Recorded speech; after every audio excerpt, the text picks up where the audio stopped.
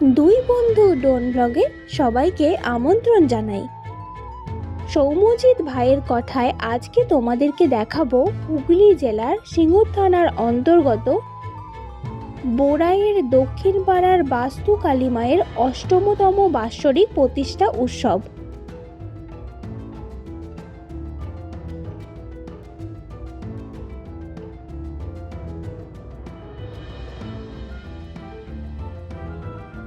এই স্থানে আগে পুরাতন মন্দির ছিল। ওই প্রাচীন মন্দিরটি ভগ্নপ্রায় ছিল। সেটিকে ভেঙে 2018 সালে নবরূপে মায়ের মন্দিরটি নির্মিত করা হয়েছে।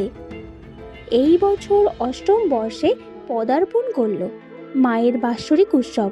প্রতি বছরই খুব ধুমধাম করে এখানে মায়ের বাৎসরিক উৎসব পালন করা হয়।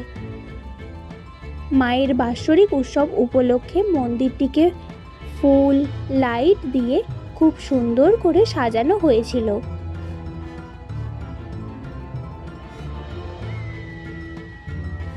মা এখানে সদা জাগ্রত এবং দয়াময়ী, শান্তিময়ী। তার মধুর মিষ্টি হাসিতে মন ভরে যায় সকল ভক্তগণের।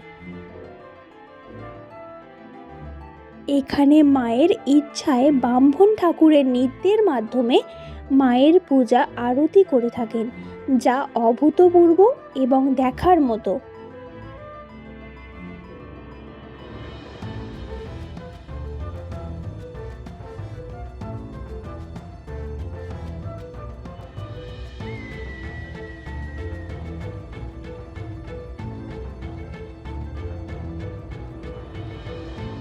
মায়ের করুণায় সারা বোরাই গ্রামে সর্বদা সুখ শান্তি বিরাজ করে।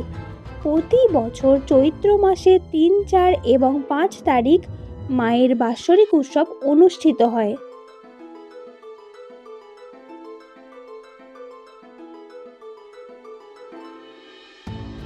মায়ের মহা উৎসবে শুধু বোরাই গ্রাম নয়, আশেপাশের নানা গ্রামের মানুষজনের আগমনে মুখরিত হয়ে ওঠে মাতৃপ্রাঙ্গণ।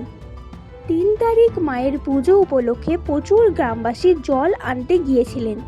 4 তারিখ মায়ের পুজো করা হয়েছিল।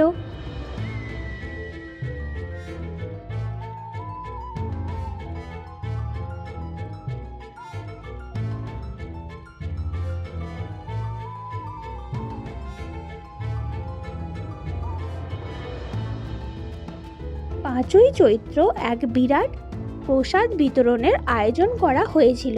এখানে 3টি আলাদা আলাদা জায়গায় মায়ের প্রসাদ বিতরণ করা হয়। এক মন্দির সম্মুখে বোরাই দক্ষিণপাড়া প্রাথমিক স্কুলে,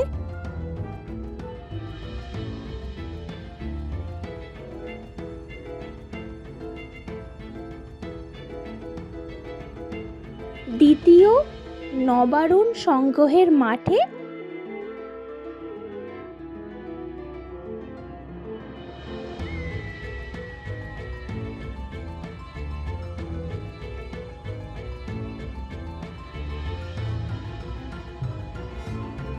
আর তৃতীয় পাখিরা পরিবারের আম বাগানে।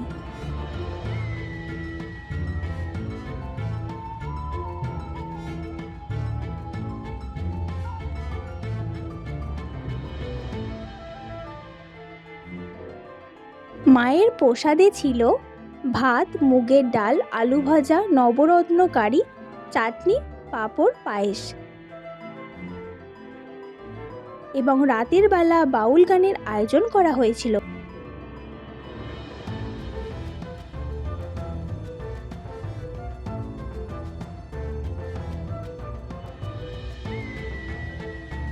আর এখানে রয়েছে রাধা গোবিন্দ প্রতিমা শিল্পালয়।